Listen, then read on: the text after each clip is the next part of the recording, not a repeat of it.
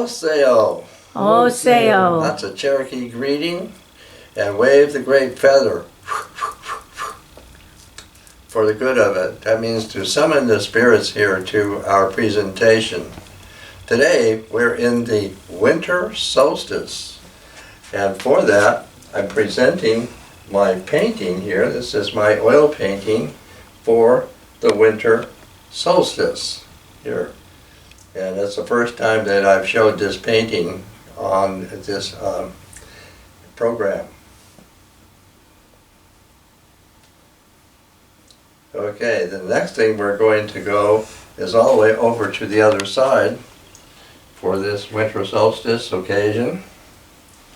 And what we have here, this is a conical rock that is about this high.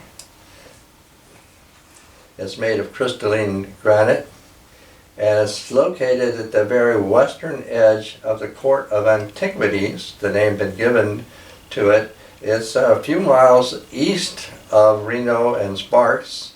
Highway I-80 runs right through it, this huge outcropping of rock from a hill, and it has many petroglyphs. And probably in earlier times, before there was a highway, people traveled this river. The river comes from Donner Lake, and it runs right through Reno. And it continues all the way out until it kind of veers north and goes into Pyramid Lake. That's the Truckee River. So it looks like people in olden times traveled that way and made petroglyphs along the rocks there, many petroglyphs. So this conical stone that we're looking at right now, I found, at the very western edge of this huge rock outcropping. And I could recognize it right away in the sense that it has inscriptions on it here that stand out. They're very finely made, and they've been, we can say, scraped by some tool that shows the lighter rock underneath the surface, so they're very easy to see that way. And here you see that's an X. That's natural in the rock. It's very obvious here. And then up on the top, this is a perfectly shaped bowl, almost to the top of the rock. Could hold maybe 1.5 gallons of water. And above it, right here, is another inscription. And at first I would take it as a crescent moon, for the moon, because the bowl there, and the moon belongs to all bowls, put it that way. But if you look at it, it's made a little bit different than a crescent. And I had to wonder about that. And my wonder led me to an alphabet that was used in the ancient Celtic country of Gaul, where France is now. And they had a system of writing, and that's what it's called, the alphabet from Gaul. And it's the letter C, and I'll tell you why that is. This one down below, this is the actual Ogham. Ogham is another system, very prominent in the ancient Celtic world. And it says Bel, B-L. And Bel is the son, is called Maksavul of Gren, and Gren is the feminine form for the sun. And that's what that emblem is. Together, I'm trying to say, this X and this C and this Bel all go together in a formula. Yah, Hu, Bel is exactly the formula. Hu is the ancient name for the moon and also for the dove. And so the inscriber had to figure out how he was going to write this with this limit of signs. So he used the Gaelic word for the dove, Kalman. So the C stands for Kalma.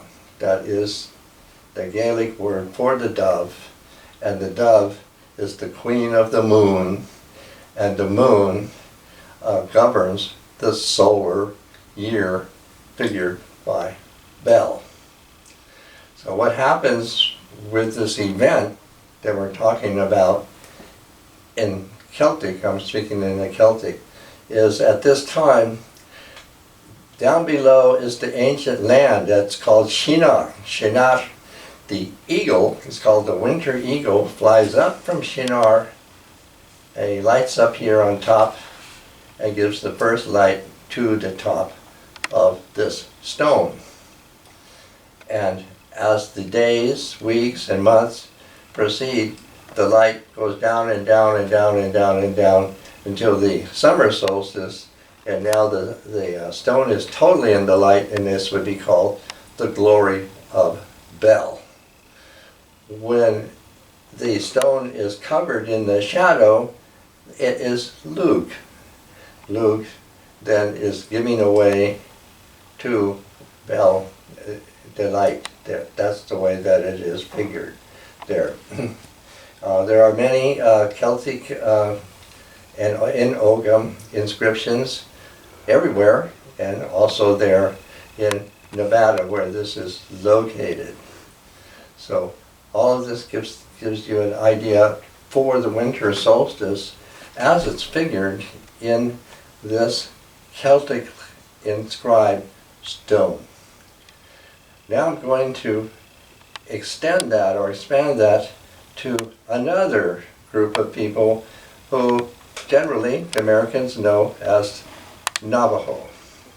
The Navajo mainly are concentrated in northern Arizona. The Navajo name is Dinata, meaning this is the country of the Diné.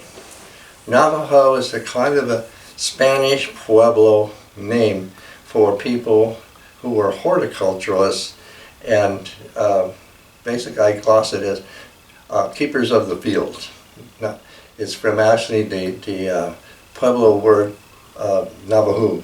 Navajo would mean people who plant their trees in the arroyos. It kind of works out that way. Anyway, that's where the name comes from. But Dina, or Dina, is the name they know of themselves, and they have stemmed from way over there in the area of Central Asia.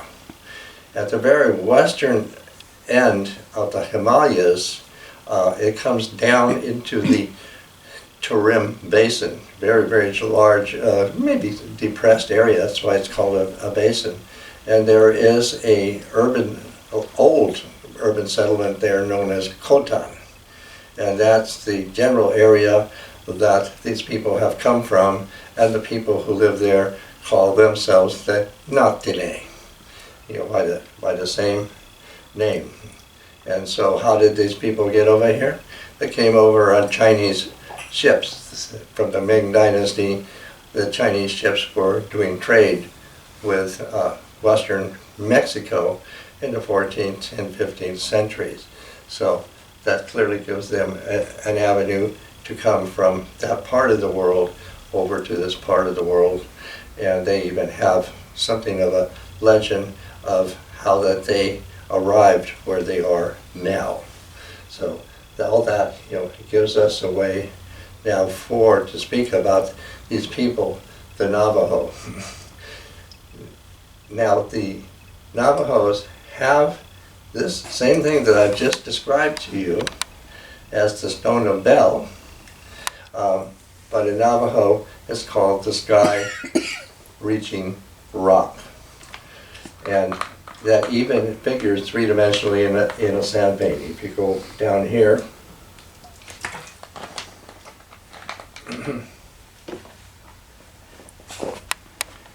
in a sand painting ceremony, I'm kind of putting it as simply as I can. The Hatali, the chanter, he's the individual who conducts this ceremony. All ceremonies in the Navajo are for healing, for balance. And this one is called the Sun House Chatway. And out of selected clays, he makes a model of this, the same as the shape of the bellstone, with the opening at the top for the lake, and it is fit right on a sand painting here. So this is just an illustration